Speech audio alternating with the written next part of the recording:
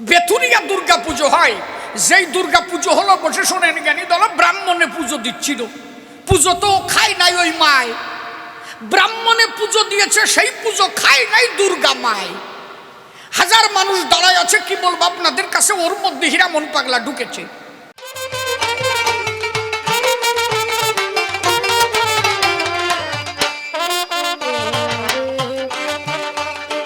যেমন কেউ মাধ্যমিক পাশ করে বসে শোনেন নারী নরে, একটা মুসির ছেলে যদি ব্যারিস্টারি পাশ করে, সে কিন্তু হাইকোর্টে গিয়ে ব্যারিস্টারি করে। এখন কোন ব্রাহ্মণের ছেলে যদি সেখানে ক্লার্কের চাকরি করে, কখনো ওই ক্লার্কের ছেলে ওই ব্রাহ্মণ ওইখানে দাঁড়াইয়ে জজ সাহেবকে বলতে পারে, মুচির সাল বলতে পারবে কি? ও বাওনের সাল হলে ও যদি ক্লার্কের চাকরি করে, ওর নিচে বসে স্যার বলে ডাকতে হবে মুচির ছেলেরই। কেন? সেখানে গুণগত অনুসারে সে জজের চাকরি পেয়েছে, ও মাতুব্বরি ওখানে চলে না। অন্তরে করেন ধারণা, প্রকৃত ব্রাহ্মণ হচ্ছে ডিগ্রি। ডিগ্রি নিয়ে যদি কেউ ব্রহ্মত্ব লাভ করতে পারে, আমরা ব্রাহ্মণ বলে প্রণাম করি তারে। সেই ব্রাহ্মণকে শাস্ত্রীয় প্রমাণ দিয়েছে, তাই সেই ব্রাহ্মণ ছিলেন বেদব্যাস। বেদব্যাস তার জন্ম হয়েছিল কিভাবে? পরশর মুনি আর মৎস্যগণ। পরশর মুনি গেল নদীর মধ্যে, দুইজনে মিলন হলো, দ্বীপ সৃষ্টি করি। নদীর ভিতরে একটা দ্বীপ সৃষ্টি করে দুইজনের হয়েছিল মধুর মিলন। বিয়ে করার আগে দাঁড়িয়ে বলি সবার পুরাভাগে, বিয়ে করার আগে ওই যে দ্বীপ সৃষ্টি করে দুইজনের হয়েছিল মধুর মিলন। সেই মিলনের ফলে বসে শোনেন জ্ঞানী দলে জন্মেছিল একটা ছেলে, যারে বেদব্যাস বলে। আচ্ছা, বিয়ের আগে সালমে হলে তার জারস সন্তান কয়, তাই তো? তারপরেও বেদব্যাসকে ব্রাহ্মণ কয়। মান্ডব্য মুনি ব্যাঙের পেটে জন্ম হয়েছিল, এরা ব্যাঙের পেটে, তারে ব্রাহ্মণ বলে। বসে শোনেন জ্ঞানী দলে বশিষ্ঠকে প্রকৃত ব্রাহ্মণ বলে বলেছে বিশ্ব বসুধায় বেশ্যার পুত্র বশিষ্ঠ। তিনি একজন ব্রাহ্মণ, শাস্ত্র প্রমাণ করেছে। তাই তার মানে কি, জন্ম যেখানে হোক তাতে দুঃখ নাই, আগে তার কর্ম শ্রেষ্ঠ চাই। তাহলে বেশ্যার ঘরে জন্ম নিয়ে যদি ব্রাহ্মণ হয়, আমার গোলক তারক মহানন্দ হীরামন লোচন বদন দশরথ, এরা ব্রহ্মকে জেনেছিল এক একজন। সেই যে ব্রাহ্মণ, আমরা সেই ব্রাহ্মণকে মানি সর্বক্ষণ। কথা বোঝা গেছে? আমরা সেই ব্রাহ্মণ মানি, ওই সুতোর ব্রাহ্মণ আমরা মানি না। বসে শোনেন নারী নরে, সেই ব্রাহ্মণ বলে কারে? এইবার প্রমাণ দিচ্ছি তোরে, শোন কি বিধিমার্গ মানবে চরাচরে। হীরামন পাগল যিনি, বসে শোনেন জ্ঞানীগুণী। বেথুরিয়া দুর্গা পুজো হয়, যেই দুর্গা পুজো হলো বসে শোনেন জ্ঞানী দল, ব্রাহ্মণে পুজো দিচ্ছিল। পুজো তো খায় নাই ওই মায়, ব্রাহ্মণে পুজো দিয়েছে, সেই পুজো খায় নাই দুর্গা মায়। হাজার মানুষ দাঁড়ায় আছে, কি বলবো আপনাদের কাছে, ওর মধ্যে হীরামন পাগলা ঢুকেছে। পাগল ডাক দিয়ে বলছে, তাই আমি কতদিন মাকে দেখি না, আজকে একটু মার দুধ খেতে চাইছি। দেখেন, হাজার মানুষকে সরাইয়ে হীরামন পাগল ঢুকে গেল। ভক্তরা যারা ছিল তারা গিয়ে অ্যাটাক করলো। হীরামনকে ধরে রাখা চাই, মাটির মূর্তি ভেঙে ফেলবে। যে ব্রাহ্মণে পুজো দিচ্ছে, কি বলবো আপনাদের কাছে, ওই ব্রাহ্মণ ভক্তদের বলছে, পাগলরে ঠেকাও, মূর্তি ভাঙিয়ে গেছে। তার মানে কি, ওই বাউন জানে এটা মাটির মূর্তি, এ প্রসাদ খায় না। ও ব্রাহ্মণ জানে এ প্রসাদও খায় না, কথাও কয় না। আর হীরামন বলছে, তাই সরে দাঁড়া, আমি কতদিন মারে দেখি না, মনে আছে ভাবো, আজকে আমি একটু আমার মার দুধ খাবো। দেখছো? তাহলে ওইটা কি ব্রাহ্মণ? ও তো পৈতেধারী ব্রাহ্মণ। ও জানে মাটির মূর্তি কথা কয় না, মাটির মূর্তি দুধ দেয় না, মাটির মূর্তি কোনোভাবেই সে মিন্ময়ী মূর্তি চিন্ময়ী সত্তা হতে পারে না। ওই ব্রাহ্মণ নিজে জানে। ব্রাহ্মণ বলছে, তাই হীরামনকে ধরা চাই, মূর্তি ভেঙে ফেলবে কিন্তু। আর হীরামন বলছে, তাই তুই সরে দাঁড়া। হীরামন তো জানে, শালা তুই তো বইতে পড়া, তুই তো আসলে পাওন না। ব্রাহ্মণ সরে দাঁড়ালো। বসে শোনেন জ্ঞানী দল, হীরামন গিয়ে মাটির মূর্তির কাছে দাঁড়ালো। প্রকৃত ব্রাহ্মণ যদি মাটির মূর্তির কাছে যায়, তখন মাটির মূর্তিও তার সাথে কথা কয়। শোন সেই ব্রাহ্মণকে না, হীরামনের কোনো পৈতে ছিল নাকি? যখন গেল মাটির মূর্তির ধারে, বসে শোনেন নারী মারে বাহাতখানা তুলিয়ে দিল মাটির মায়ের ঘাড়ের উপরে। ডাক দিয়ে বলে, তাই আমা কতদিন তোরে দেখি না, একটু দুধ দেখাই। মুখের দিকে যখন তাকালো, চোখের জল টপ টপ টপ টপ করে ঝরতেছিল। মা মা বলে যখন ডাকতে লাগলো, মামা বলে ডাক দিল। বসে শোনেন জ্ঞানী দল, আস্তে আস্তে ব্লাউজ খানা খুলে দিল, নিজের মুখখানা স্তনে যখন লাগাই দিয়েছে টান, বসে শোনেন নারী নরে দেখতে পারে হাজার হাজার ভক্ত তখন মাটির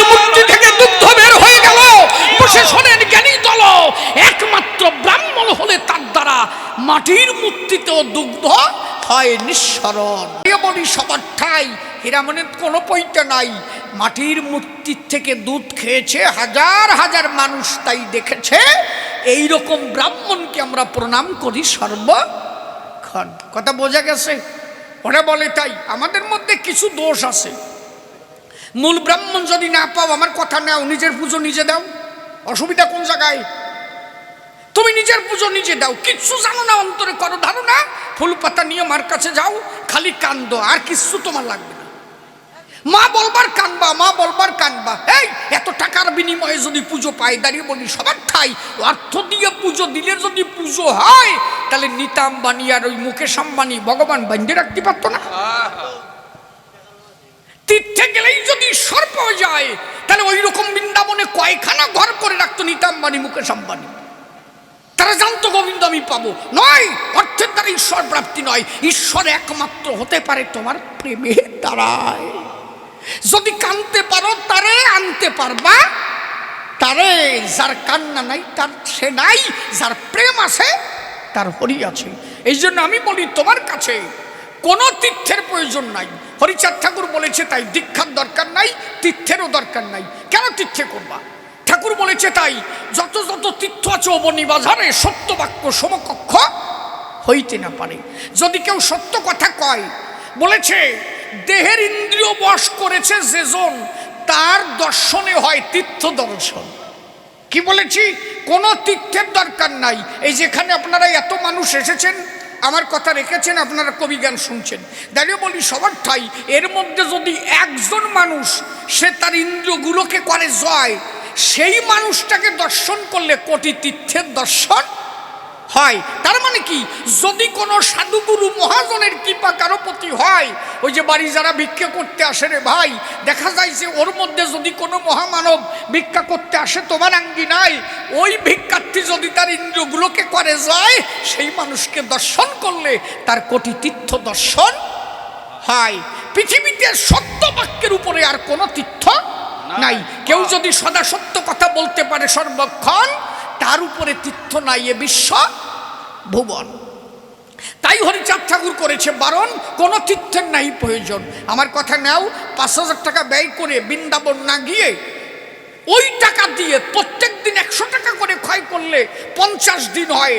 ৫০ = ১০০ হলে তারে ৫,০০০ কয়। তাহলে ১০০ টাকা ধরে প্রত্যেক দিন যাও বাজারে, ১০০ টাকার ভালো খাবার এনে মন্দিরে পুজো দিয়ে বসাইয়ে মা বাবার কাছে গিয়ে ওই ভালো মন্দ খাবারটুকু নিয়ে একটু করে তুলে দাও মা বাবার অধরে, ডাক দিয়ে বলো বাবার ঠাই আমার মতো অভাগা সন্তান নাই, যাই ইনকাম করি তাই দিয়ে একটু তোমার ভালো খাওয়াতে চাই।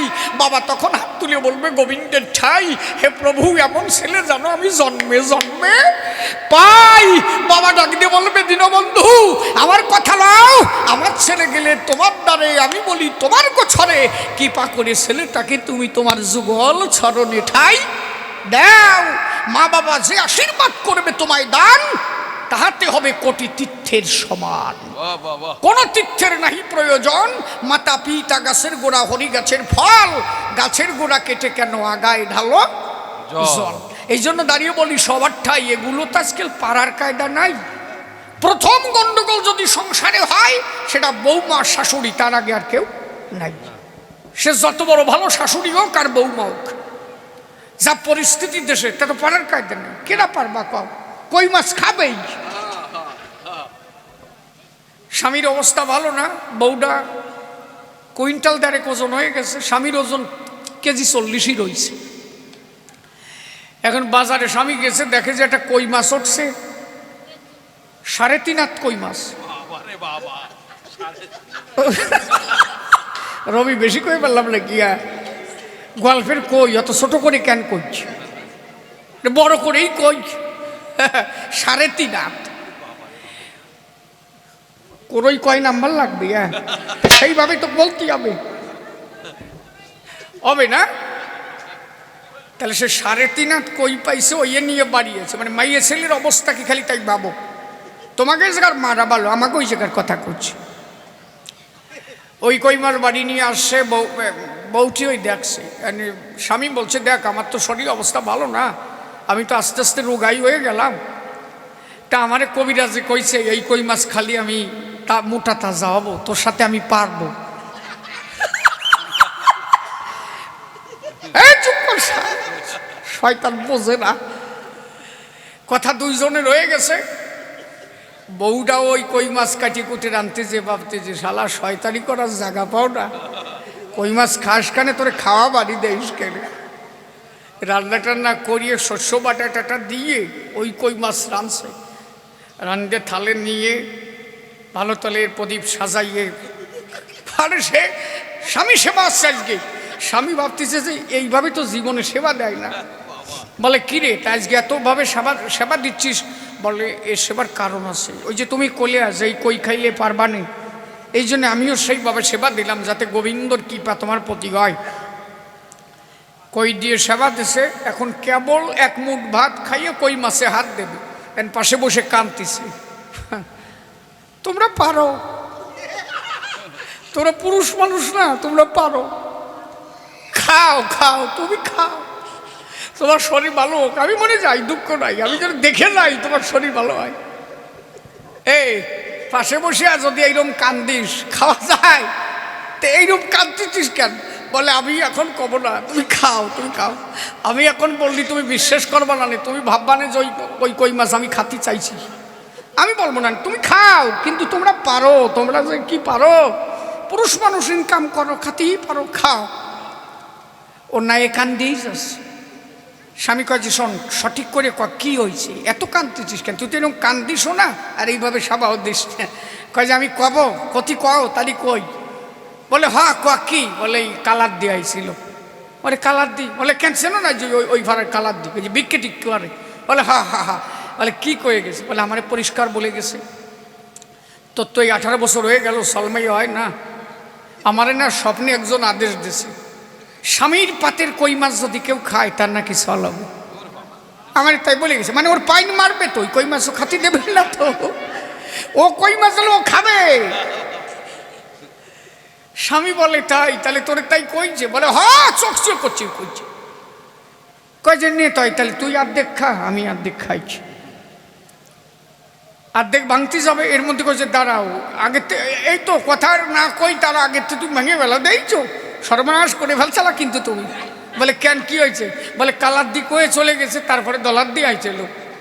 বলছে তা ডলার দি কি করছে? বলছে ডলার দিয়ে ও বলে গেছে যে কালার দি স্বপ্নে দেখছে, ওটা ঠিক অনেকে রয়েছে, কিন্তু এও আছে জানিস, স্বামীর পাতের ভাঙাচোরা কই মাছ খালি সলমেও কিন্তু কালা করা হয়। বলে ওই কই মাছ পুরোটা খাবে।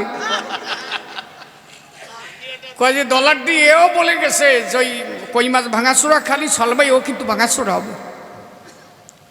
স্বামী হাত দিয়ে বলছে নে তাই তুই খা, সলমাইও বানা, আমি আটা দেবো। এই জন্য দাঁড়িয়ে বলি সবার ঠাই, এত বড় দুরন্দর বউ বলি সেই সংসার ঠিক থাকে রে ভাই, সব নষ্ট হয়ে যায়। ভেবে দেখে না তাই সেও একদিন শাশুড়ি হবে, তারও একদিন স্বামী সেবা হবে, নাকি হতে হবে। এই ভাবনাটা যদি রাখে এবে, তাহলে কি সংসারে জঞ্জাল হবে?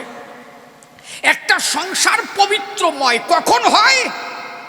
সমস্ত মানুষ যখন একমুখী হয়ে যায়। বলেন নাকি আমার ধারে স্বামী স্ত্রী শুয়ে আছে খাটের উপরে, গভীর নিশীতে স্ত্রী ডাক দিয়ে বলছে স্বামীর ঠাই একটু হরি কথা কও তো, একটু শুনি তোমার মুখে, একটু হরি কথা শোনাই, অন্তরে আসে ভাবো দুইজনে একটু হরি কথা কব। স্বামী হরি কথা বলছে, হরি নাম করছে, স্ত্রী চোখের জলে ভাসছে, স্বামী স্ত্রী দুইজনরে জড়ায় ধরছে। বৃন্দাবন কোন জায়গা? ওই জায়গাটা তৈরি হয়ে যায় না? তখন ওই খাটখানা, ওই ঘরখানা তখন হয় মধুর বৃন্দাবন। দাঁড়িয়ে বলি সবার ঠাই সন্ধ্যাবেলায় স্বামী স্ত্রী দুইজন শ্রীহরির করছে ভজন, ছেলে মেয়ে দুইজন এসে পাশে দাঁড়ায়, ওরা এসে প্রণাম দিল ঠাকুরের পায়ে, ছেলেটা প্রণাম দিল বাবার পায়ে, মায়ের পায়ে প্রণাম দিল, বসে শোনেন জ্ঞানী দল সবাই গিয়ে ওই বুড়ো মা বাবারে প্রণাম দিল। বুড়ো মা বাবা বলল তাই আমি জীবন ভরে তীর্থ দেখেছি, কিন্তু গৃহধর্ম যে এত বড় তীর্থ আমি জীবনে দেখি নাই। ঠাকুর বলেছে তাই একমাত্র গৃহধর্ম সর্বশ্রেষ্ঠময়, কিন্তু সেই গৃহটাকে তেমন ভাবে তৈরি করা চাই। কয়জন সংসার আছে যে সেই সংসারে তার ছেলে তার বাবাকে প্রত্যেক দিন সন্ধ্যায় প্রণাম দেয়? দেখাতে পারবেন? এমনকি যদি কয় যে তোর বাবারে আজকে একটা প্রণাম দিতে, কয় যে আমার লজ্জা হবে। এমনও ছেলে আছে বাবারে প্রণাম দিতে লজ্জা পায়। তাহলে মূল মতুয়া ধর্ম দর্শন তাই আগে নিজের গৃহধর্মকে সঠিক করা চাই। ও খালি হরিসঙ্গীত গান গালি হবে না, অন্তরে করি ধারণা। মৎস্যবে গেলাম, হরিসঙ্গীত গেলাম, পরের দিনই শাশুড়ির ঘরতে বের করে দিলাম, তুমি কিরম মতুয়া হলে? এ মতুয়ার কোনো কাজ না। আগে গৃহধর্ম সঠিক করে করো, তারপরে আমার কথা ধরো। ঠাকুর বলেছে তাই। দীক্ষার প্রয়োজন নাই, তীর্থের দরকার নাই, মুক্তির কোনো আশার প্রয়োজন নাই। তাতেই আমি পাবো, আমারে পাবা, খালি হরি নাম করো, তাতেই আমারে পাওয়া যায়। হরিনামে প্রেমপ্রাপ্ত সাধুদের বাণী, প্রেমরূপ আল্লাদিনী রাধা ঠাকুরানী, যেই নাম সেই হরিষি মুখের বাক্য, জীব কেন মনপ্রাণে নাহি করে ঐক্য। নাম সুপ্রসন্ন হলে আল্লাদিনী পায়, বিশুদ্ধ প্রীতির ব্যাখ্যা তার উপরে নাই। শ্রী শ্রী হরিলীলামৃত গ্রন্থকে অবমাননা করলে সে কখনো মতুয়া হতে পারে না। মতুয়া হতে গেলে আগে তারককে মানা চাই। কালকের দিনে যে যেখানে থাকে, আসার মালা যার গলায়, অন্তত একবার হলেও তারক গোসার নামে একটা প্রণাম করা নাকি?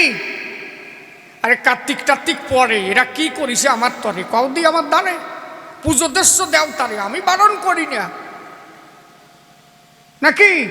কিন্তু যে আমার জন্য কিছু করেছে তার কথা ভাবতে হবে পাশে। কালকে তিনি এই পৃথিবীতে এসেছে, অতএব মতুয়াদের উচিত একটা প্রণাম তাকে কালকে করা। আমি তারকের একখানা গান গাইছি, আমারই লেখা।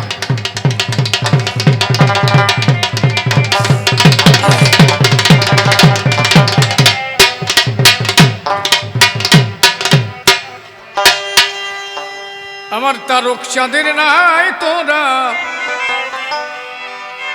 তোরা কে কে যাবি আয়,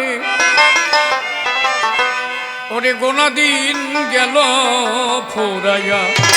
আমার তারক চাঁদের নাই তোরা, কে কে যাবি আয়, গোনা দিন গেল ফুরাইয়া। তারক চাঁদের নাই তোরা, কে কে যাবি আয়,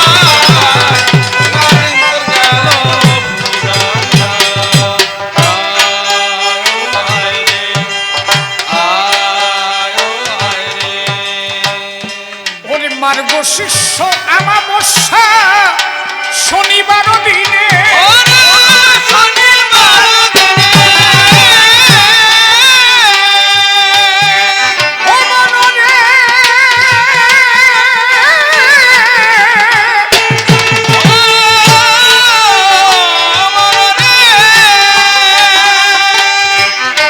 মার্গ শিষ্য আমাবস্যা শনিবার দিনে,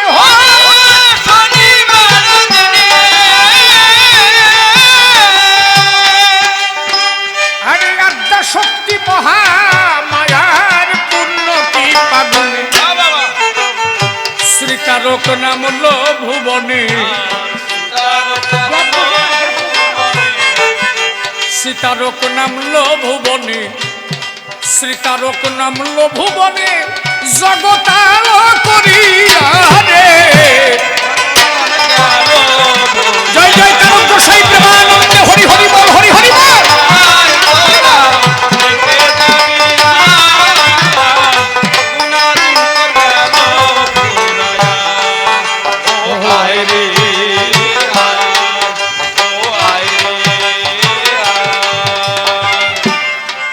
ধন্য ধন্য মা অন্নদা, ধন্য কাশীনাথ,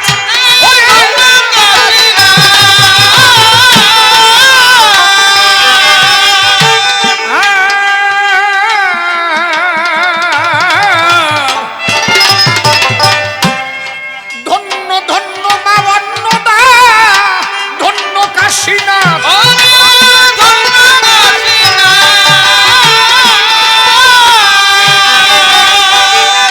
আরে ধন্য হলো জয়পুর ধাম, ধন্য রুদ্রনাথ,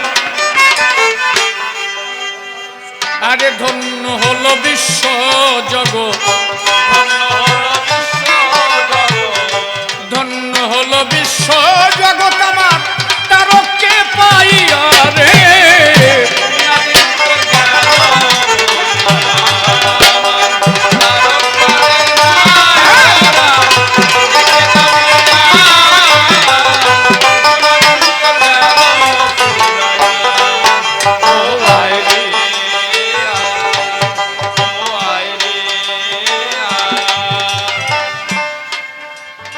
অষ্টাদশ স্তবক যারে আমার মা কলিকার দান,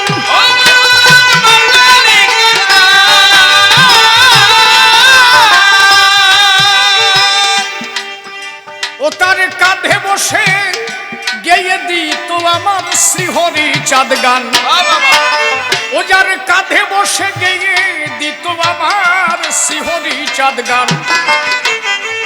শ্রীহরি লীলামৃত মহাসংকীর্তন, হরি লীলামৃত মহাসংকীর্তন আমার তারক চাঁদ লিখিয়া রে।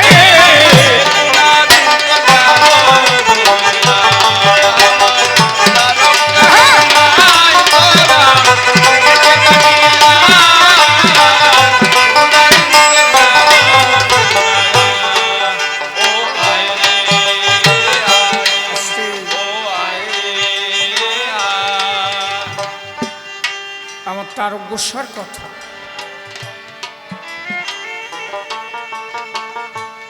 অত বড় উচ্চ স্তরের একজন মানুষ,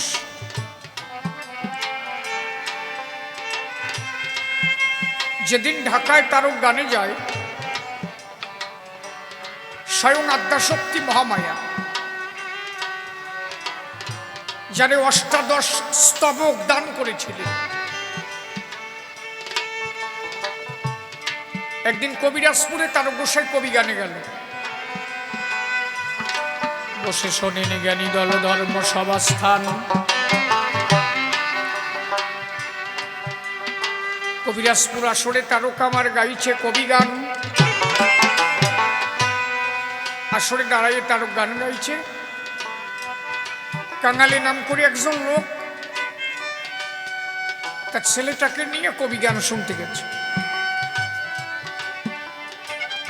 আসরে দাঁড়ায় গান গাচ্ছে, তো এখন ওই বাচ্চা ছেলেটা দেখছে যিনি আসরে দাঁড়িয়ে গান গাইছে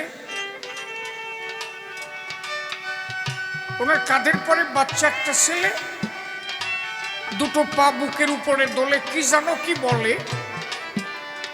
উনি যা বলে ও তাই দিচ্ছে বলে। বসে শোনেন জ্ঞানী দলে, ছেলেটা ডেকে বলে তার বাবার ঠাই, বলে বাবা কথা নিবা, আমি যা বলি একটু দেখবা। সে দেখো ওনার কাঁধের পরে কে বা কথা কয়, বাবা করে বর্ণনা, তুই দেখিস আমি দেখি না, কে কাঁধের পরে তা তো বুঝি না, তুই দেখিস কিন্তু আমি দেখতে কেন পাই না বল দেখি আমায়। বহু জন্মের পুণ্যের ফলে ওই ছেলে দেখতে পারে হরি তার চোখ দেখে বিশ্বতলে, বাবার কিন্তু সেই পুণ্য ফল নাই, বাবা তো তা বোঝে না, অন্তরে করেন ধারণা, ছেলেটাকে বারে বারে বাবা দাবর দেয়। এই এত কথা কোস কেন, কে কাঁধে কথা কয়, আমি তো দেখি না।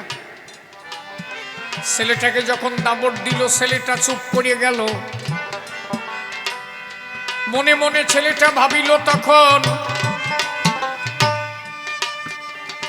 আমি দেখি ওনার কাঁধের পরে কে যেন কথা বলে বারে বারে, আর বাবা আমারে দাবর মারে, বাবা দেখে না কি কারণ। আমার অন্তরে আছে ভাবো বাবার কাছে কথা নেব। ওই গোসাই গান গেয়ে বের হবে যখন, গোসাই যখন যাবে মাঠে, আমি যাব গোসাইয়ের তটে, গোসাইয়ের কাছে জিজ্ঞাসা করিব তখন। গোসাই যখন মাঠে যাবে আমি তখন জিজ্ঞাসা করব যে তুমি যখন গান গাও তোমার কাঁধের পরে কে কথা কয়। তার গোসাই ভোরবেলা মাঠে গেছে, ফিরার পথে ওই ছেলেটা গিয়ে সামনে দাঁড়িয়েছে, আচ্ছা তুমি যে গান গাও তোমার কাঁধের পরে কে কথা বলে।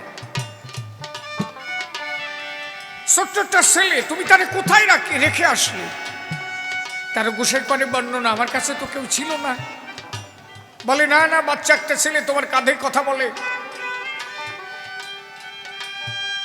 তারক চিন্তা করেছে দিলে, আমি যদিও দেখিনি কিন্তু দেখেছে এই ছেলে এর বহু জন্মের কর্ম ফলে, ওর কর্ম ভালো, তাই ওর হরিদর্শন হয়ে গেল। এমন ভক্ত কোথায় পাওয়া যায় বলো? ওই ছেলেটাকে দেখে তারক গোসাই ওর চরণে টান টান হয়ে পড়ে গেল। ডাক দিয়ে বলে, তাই তোর বহু জন্মের কর্ম ফলে তোর দর্শন হয়ে যায়। আমার কপাল ভালো না, হরিদর্শন হলো না। এটা একমাত্র হতে পারে ভক্তের ভক্তির দ্বারাই। এই জন্য আমার গান এত বড় মহান, যার কাঁধের পরে গাইতো বসে আমার শ্রীহরি চাঁদ গান। হরিলীলামৃত মহাসংকীর্তন, হরিলীলামৃত মহাসংকীর্তন আমার তারক যাই লিখিয়া রে। এগুনা দিন তোর গেল বইয়া, আমার তারক চাঁদের নাই তোরা দেখে যাবিয়া। এগুনা দিন তোর গেল বইয়া, আমার তারক চাঁদের নাই তোরা দেখে যাবিয়া। দিন তোর গেল বইয়া, ও আয় রে আয়, ও আয় রে কান্ডারি তার পূর্ণ ব্রহ্ম দয়াল হরিচাঁদ হয়ে।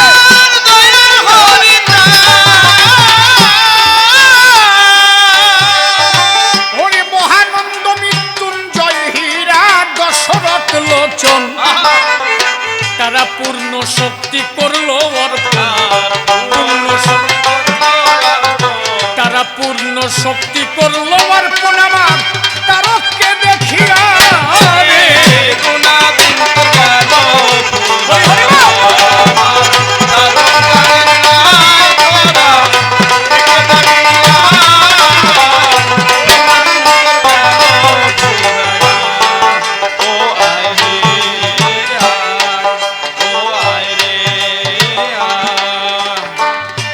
সর্বশ্রেষ্ঠ কবি সম্রাট আমার তারক চাঁদ গোসাই।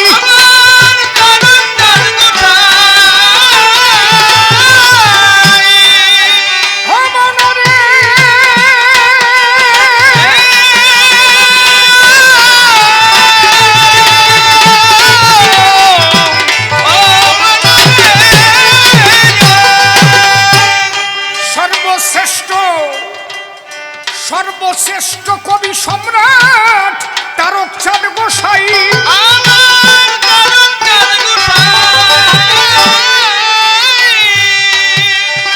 মাত্র 16 বছর বয়সে যে কবি গীত গায়, ভাবে তার নিদর্শন আর কোথাও নাই।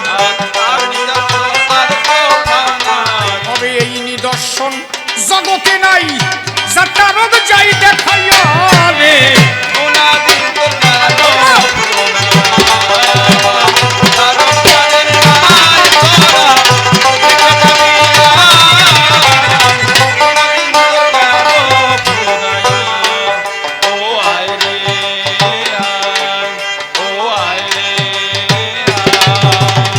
কত বোবা লোকে কথা বলে, অন্ধে দেখতে পায়।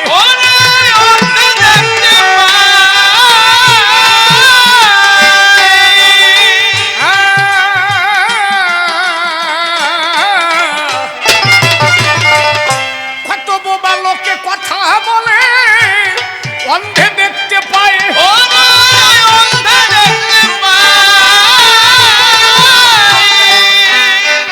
আমার তারক চাঁদের দোহাই দিলে সমন সংখ্যা যায়। কত মরা দেহে প্রাণ ফিরে পায়, কত মরা দেহে প্রাণ ফিরে পায় আমার তাহার কি পাপ পাইয়া রে।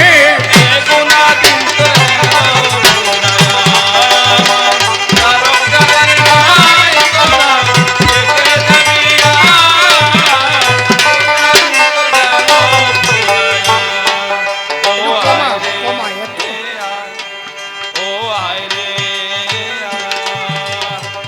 কত দুঃখী তাপি তোরে গেল তারকের দয়ায়। আস্তে বাজে, এত বেশি কেন? মনরে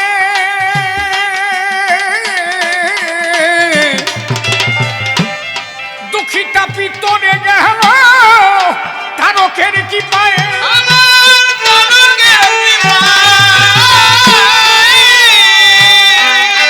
তোরা হরি বলে চল সকলে সবাই বয়ে যায়।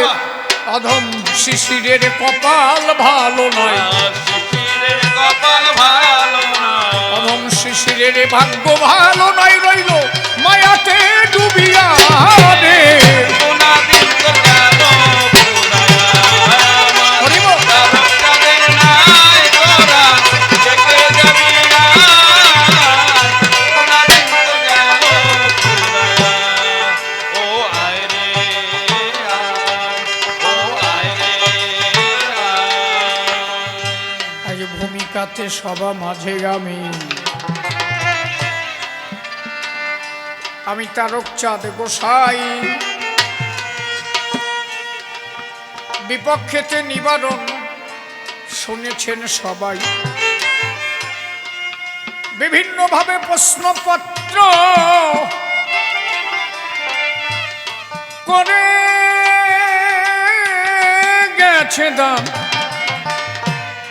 এক এক করে ধরে ধরে তার দিলাম সমাধান। ডেকে বলেছে সমাধানে গো,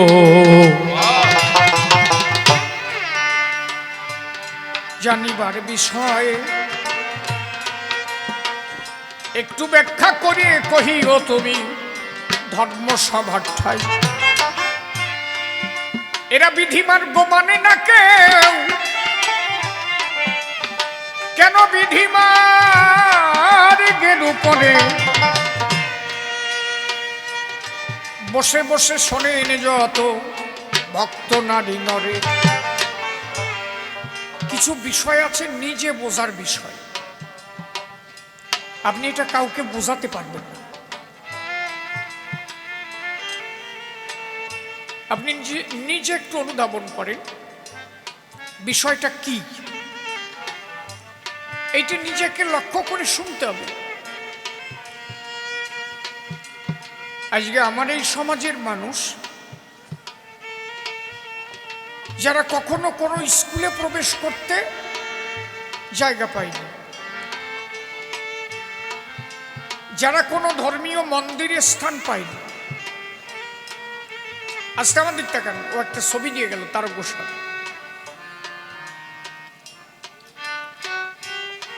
যারা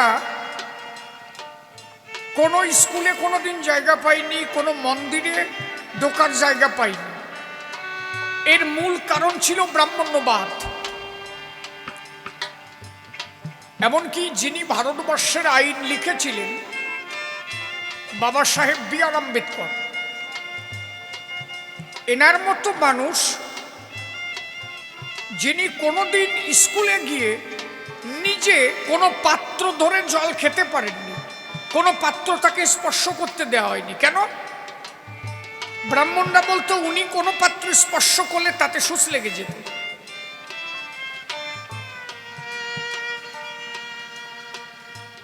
রামকান্ত বৈরাগী কৃষ্ণ পূজা দিয়েছিল বলে তাকে মারা পর্যন্ত হলো, লাঠি দিয়ে পিটানো হলো, এমনও অত্যাচার সহ্য করতে হয়েছে। আজকে আমার সমাজের মানুষ শিক্ষিত হয়েছে, ভগবান খালি সংস্কৃত বোঝে না বাংলা বোঝে, তারা তো নিজেরাও বোঝে। আমার একটা ছেলে জন্ম হলো, আমি মানত করলাম ঈশ্বরের কাছে যে বাবা হরিচাঁদের কাছে, ঠাকুর আমার ছেলেটা হলে আমি মহোৎসব দেব, বা আমার বংশ রক্ষা হতো একটা পুত্র হলো, বা আমার একটা কন্যার দরকার, একটা মেয়ে হলো। আমি এই ব্রাহ্মণ্যবাদের প্ররোচনায় পড়ে আমি করলাম কি, যেদিন থেকে আমার সন্তান হলো সেই দিন থেকে আমার বাড়িতে আমি আর আমার ঠাকুর পুজো দিলাম না, ঠাকুর পুজো বন্ধ করে দিলাম। আপনি নিজে বোঝেন, শিক্ষিত না হলে তাদের জ্ঞান হয় না। যত বই পড়বে, যত শিক্ষিত হবে, তার মধ্যে জ্ঞানের পরিধি তত বাড়ে। এই জন্য গুরুচাঁদ ঠাকুর বলেছিলেন, অনন্ত অসীম যদি দেখিবারে চাস, ধর্ম নয়, আগে শিক্ষা জলে ভাস। আগে শিক্ষাকে আঁকড়ে ধর, তাহলে তুই বুঝতে পারবি কোনটা ঠিক আর কোনটা বেঠিক। আপনার যে ছেলেটা জন্ম নিল, ছেলেটা জন্ম নেওয়া মাত্র আপনি অসুস্থ হয়ে গেলেন, ওই ছেলেটা আপনার বংশ রক্ষা করতে এসেছে, ঈশ্বর তারে পাঠালো। যেদিন থেকে পাঠালো সেই দিন থেকে আপনার বাড়িতে ঠাকুর পূজা বন্ধ হয়ে গেল। এটা কি?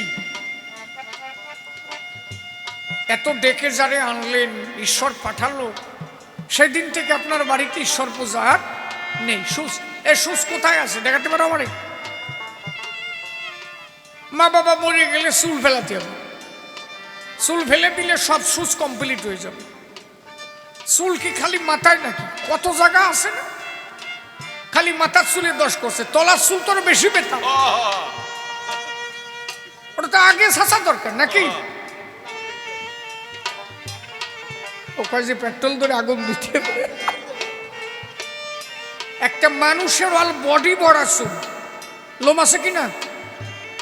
তাহলে ব্লেড দিয়ে শেষে ফেলতে হবে না? এগুলো ওদের বান্ধা ধরা কিছু ট্যাক্স। মেয়েদের ক্ষেত্রে বলেছে কি, মেয়েদের চুল ফেলা যাবে না, মেয়েদের ক্ষেত্রে খালি 2 আঙ্গুল বাদাম দিয়ে চুল কাটিয়ে ফেললি হবে। 2 আঙ্গুল চুল কাটলে সুচ থাকবে না আর। মানে ওরা জানে যে সেমরি মানুষের যদি ট্রাক করে ফেলায় তাহলে তো ঘর হবে না, তাহলে এর লেখা যাবে না। ওকে 2 আঙ্গুল বাদাম দিয়ে চুল ফেললি কমপ্লিট। তুমি শিক্ষিত হয়েছো, তোমার নিজেকে বুঝতে হবে কোনটা ঠিক এবং কোনটা বেঠিক। ঈশ্বর তো আমার মধ্যে। আমার ঘরে যেদিন থেকে সন্তান জন্ম নিল, আমি কি আর খাবো না? আমি যখন ভাত খাচ্ছি তখন তারে নিবেদন করছে, হে ঠাকুর তুমি নিও, তাই তো? তাহলে ঈশ্বরকে আমার ডাকা হয়ে গেল। তাই আমি ডাকলাম কেন? আমি তো ওই কয়দিন অসুস্থ হয়েছে, ওই কয়দিন যেটা মরে গেছে, ওই কয়দিন তো ভগবান আমি মুখেও নাম নিতে পারবো না। কেন? আমি অসুস্থের মধ্যে আছি তো। এই ঈশ্বর যদি তোর মধ্যে না থাকে, তুই থাকিস সীমার মাঝে অসীম তুমি বাজাও আপন সুর, আমার মধ্যে তোমার প্রকাশ তাই এত মধুর। তাহলে সে তো আমার ভিতরে আছে, কিন্তু আমি অসুস্থ মানে তো সে অসুস্থ। এসব বড়দের দোয়া। একজন বৈষ্ণব যদি হয় তার জেনে রাখা দরকার সুচ অসুচ কি। রহিদাস মুচি একজন বৈষ্ণব ছিল, গোসামরা ভিজানো কূপ জলে অর্জুন নিমন্ত্রণ করতে গেল। রহিদাস বলল যে আমি তোমার বাড়ি সেবা নেব যদি আমার বাড়ি তুমি খাও। বলে তোমার বাড়ি খাবো, তোমার তো চামড়া সব জায়গায়। বলে আমি তো এর মধ্যেই থাকি। শ্রীকৃষ্ণ যুধিষ্ঠিরকে বললেন পৃথিবীতে একজনই বৈষ্ণব আছে, তিনি হলেন রহিদাস মুচি। বলো তো চামড়ার কাজ করে? বলে ওই বৈষ্ণব, ওরে যদি খাওয়াতে পারো তাহলে স্বর্গে ঘন্টা পড়বে। এই বইরে গিরে যদি জানতো তাহলে এতবার স্নান করে নাকি? পানি করির মতো ডুবতি থাকে। অর্জুন গিয়ে বললো আমার বাড়ি আপনার দুটো সেবা নিতে হবে। বলে হবে না। বলে অর্জুন আমার বাড়ির সেবা নিলে তবেই নিতে পারি। অর্জুন মনে মনে তখন চিন্তা করি, এত চামড়া ভিজানো জলে গো আমি কেমন করে খাই? স্নান না করে অন্ন গ্রহণ কবু সম্ভব নয়। স্নান করিতে গেল অর্জুন, চামড়া ভিজানো জলে একটা চামড়া ধরে টান দিল এই জলে। চামড়া টানা মাত্র দেখে নিচে স্বয়ং ভোলা পঞ্চানন। ভোলানাথ ওই চামড়ার তলায় দাঁড়াইয়ে গেছে তখন বলে, প্রভু তুমি এই গো চামড়ার তলায় কেন? এই চামড়ার তলায় তুমি? বলে, অর্জুন তোর তো গায়ে এত খালি শোয়াছে ভাই, আমি যে চামড়ার তলায় থাকতে পারি তুই বুঝেছিস তো? তুই তো স্নান করবি না, আর আমরা ডুবে রয়েছি। বলে, খালি আমি একা না, আর কয়েকখান টানি দেখ, মাল আরো আছে। আর একটা চামড়া ধরে যে দিয়েছে টান, দেখে যে একটা শক্তি মহামায়া,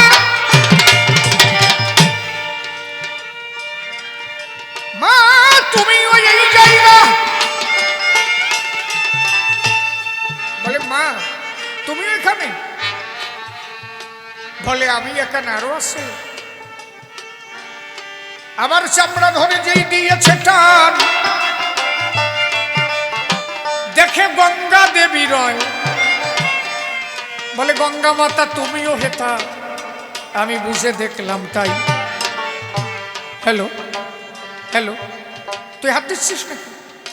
তাই রে বাড়লো কেন? হাতাচ্ছিস? হাতাস নিয়ে যে জায়গা আছে রাখ। বলে, মা তুমি এখানে? বলে, অর্জুন তুমি তো জানো না, আমরা সবাই এই চামড়ার তলায় এসে দাঁড়িয়েছি। আমরা জানি রোহিদাস চামড়ার কাজ সেরে সন্ধ্যাবেলায় এসে তার চরণ দুটি এই জলে ধৌত করে। একজন বৈষ্ণবের চরণ ধুলি পাবো বলে চামড়ার তলায় দাঁড়ায় আছি আমরা সবাই। তাহলে তোমরা তো সুস কও ভগবান চামড়ার তলায়ও থাকতে পারে যদি ভক্তের ভক্তি থাকে। কথা বোঝা গেছে কি? চামড়ার তলায় যদি থাকতে পারে, আর মানুষ জন্মাইছে তাতে সুস আরম্ভ হয়ে গেছে। বোঝো, শ্মশানে গেলে স্নান করতে হবে।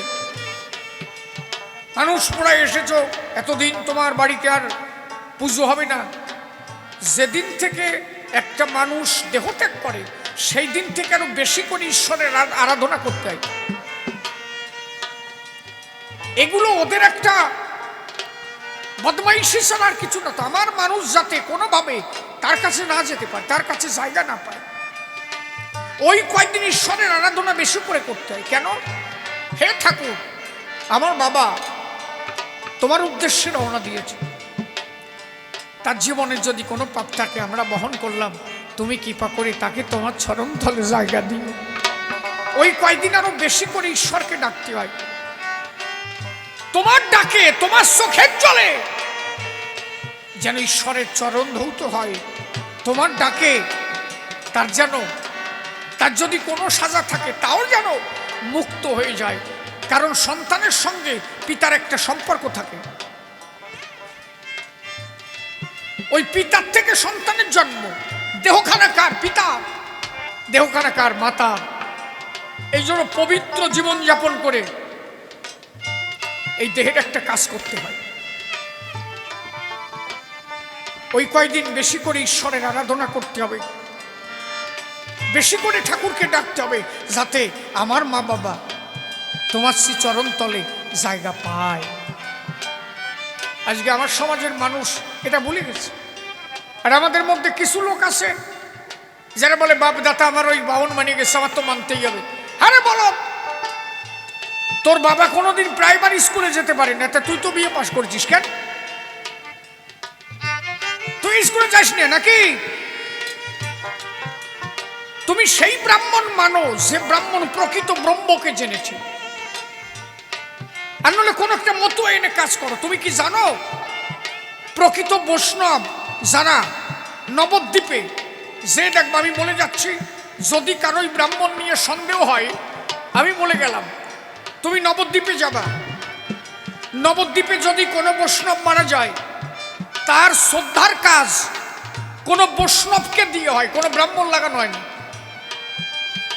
সে বৈষ্ণব যদি মুসিও হয়, তার কাজ ওই মুসি করবে। কোন বৈষ্ণব যদি মুচির ঘরে ছেলে হয়, সেখানে কোনো ব্রাহ্মণ গিয়ে যদি বৈষ্ণব হয়, সেই মুসি তার কাজ করতে পারে, কারণ সেখানে বৈষ্ণবের কাজ বৈষ্ণব করে, কোনো ব্রাহ্মণ লাগানো হয় না। তাহলে একজন মতুয়া মারা গেলে একজন মতুয়া দিয়ে কাজ করালে অসুবিধা কোথায়?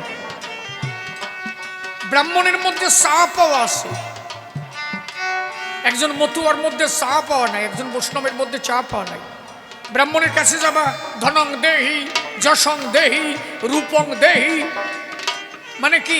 ধনং দেহি মানে টাকা দাও, রূপং দেহি রূপ দাও, খালি দাও দাও দাও। এদের তো চাওয়ার জন্য ব্রহ্মত্ব নষ্ট হয়ে গেছে। আর একজন মতুয়া যদি হয়, একজন বৈষ্ণব যদি হয়, সে জীবনে কিছু চাইবে না। তার চাওয়া কি? সে তার কাজ করাবে শ্রদ্ধা সহকারে, বাড়ির সবার চোখের জল দিয়ে কাজ করাবে। ঈশ্বরের কাছে তার চাওয়া থাকে, আমায় বাসবা না বাসো ভালো, তাতে দুঃখ নাই, তোমাকে বাসিব ভালো, এই ভিক্ষা চাই। সে তার নিজের জন্য কিছু চায় না, সে তার জন্য সব চায়। আমার গোলক, তারক, মহানন্দ, হীরামন এরা নিজেরা কোনোদিন কিছু চাই নাই। আমার অশ্বিনী গোসাই বলেছে, হে ঠাকুর, আমি তোমার কাছে কিছু চাই না, আমাকে তোমার ভালোবাসতে হবে না, আমি এইটুকু চাই, যতদিন আমি জগতে আছি যেন তোমাকে কবু ভুলে না যাই, আমি যেন তোমাকে ভালোবাসতে পারি। এই জন্য বিধি মার্গের উপরে এই বৈষ্ণব ধর্ম নয়, প্রকৃত মতুয়া যারা সেই বিধি মার্গের উপরে নয়, সুস্মার্গ তাদের মধ্যে সব হয়েছে বিসর্জন। তারা সর্বভূতে পেয়েছে আমার শ্রীহরি দর্শন। বিশুদ্ধ মতুয়া যারা, তারা প্রকৃত ব্রাহ্মণ মানে, ওই পৈতেধারী ব্রাহ্মণ তারা মানে না ভুবনে। আমার গোলক, তারক, মহানন্দ তারা সেই দেশেতে ছিল, প্রেমের নৌকা গিয়ে তারা হরি চাঁদকে পেল। তাহলে তোমার কথার জবাব কথায় কথায় দিলাম সমাধান, আর কেন সভা মাঝে আমি দাঁড়াবো এখন? অন্তর দিয়ে ভেবে দেখি, বলি সবার ঠাই এক এক করে দুই একজন করে সবাই চলিয়ে যায়। অল্প কিছু মানুষ আছে সবার ভিতরে, অধিক রাত্র হয়ে গেছে দেখি সভ্য সভা পড়ে, তারে ডেকে নিয়ে দুইজনে মিলনে দাঁড়াই, মিলনে মোরা কাটাকাটি করিবারে চাই। দেখি মিলন মঞ্চে এসে সেজন কোন কথা কি বলে, কোন ভাবধারা সে উঠাইয়া তোলে।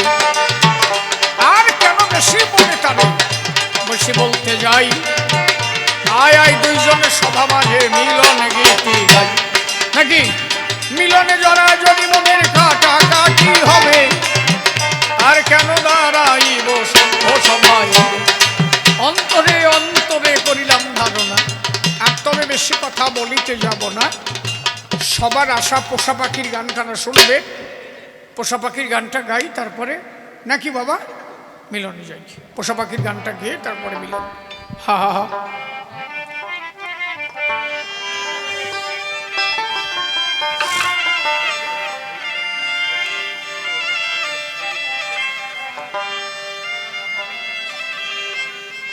আমার পোষা পাখি উড়ে যাবে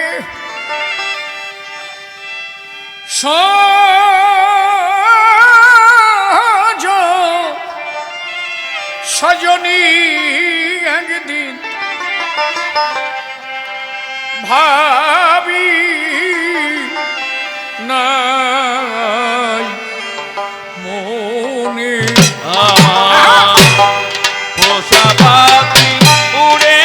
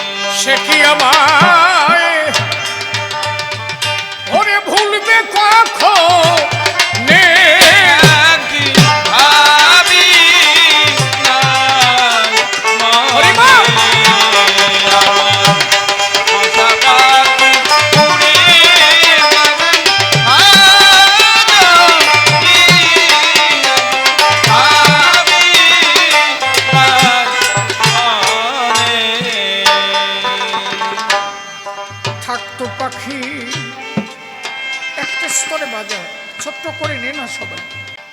সোনালি খাঁচায় ওরে কত কি বলি তোমা হাওয়ায় বসে রূপালি আরায়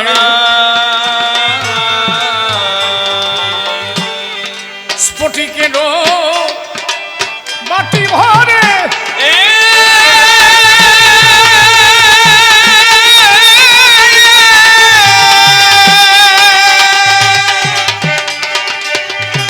তারে খাবার দিতাম থরে থরে থরে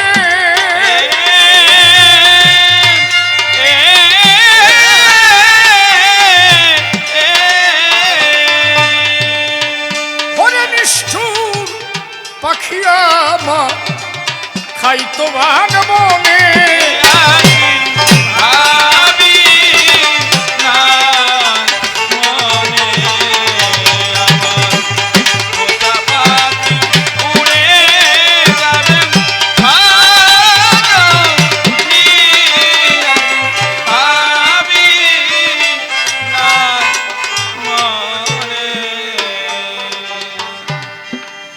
জংলা পাখি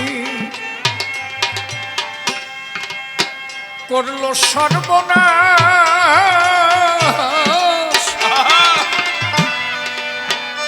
আরে এখন শুধু হাই হুতাশ আরে কোথায় করব তার তালাশ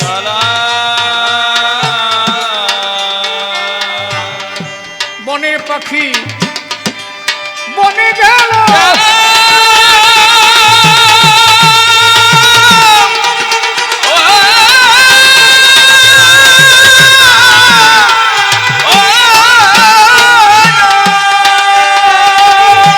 আমার বুকে দিয়ে দারুণ ছিল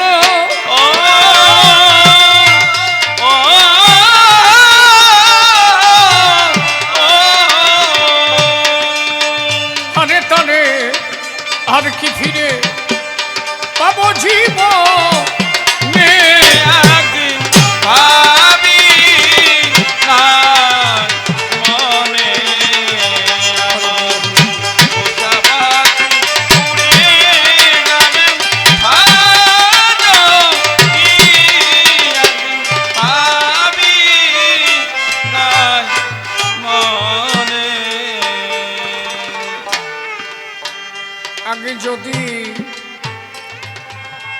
আগে যদি জানতাম পাখির মন ওরে পাখি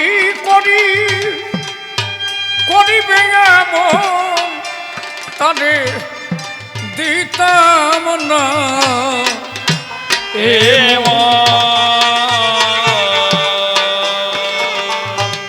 কেমন দরদি আছে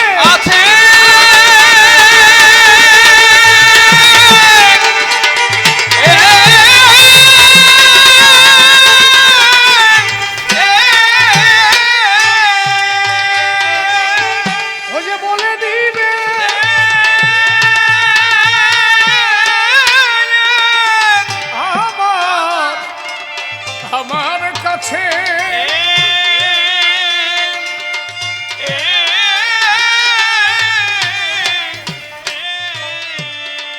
আরে নিষ্ঠুর পাখি আমার গেছে কোন বনে একদিন ভাবি না মনে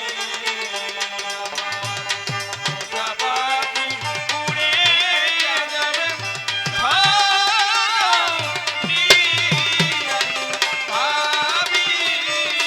না মনে পাখির মায়ায় পড়ে কত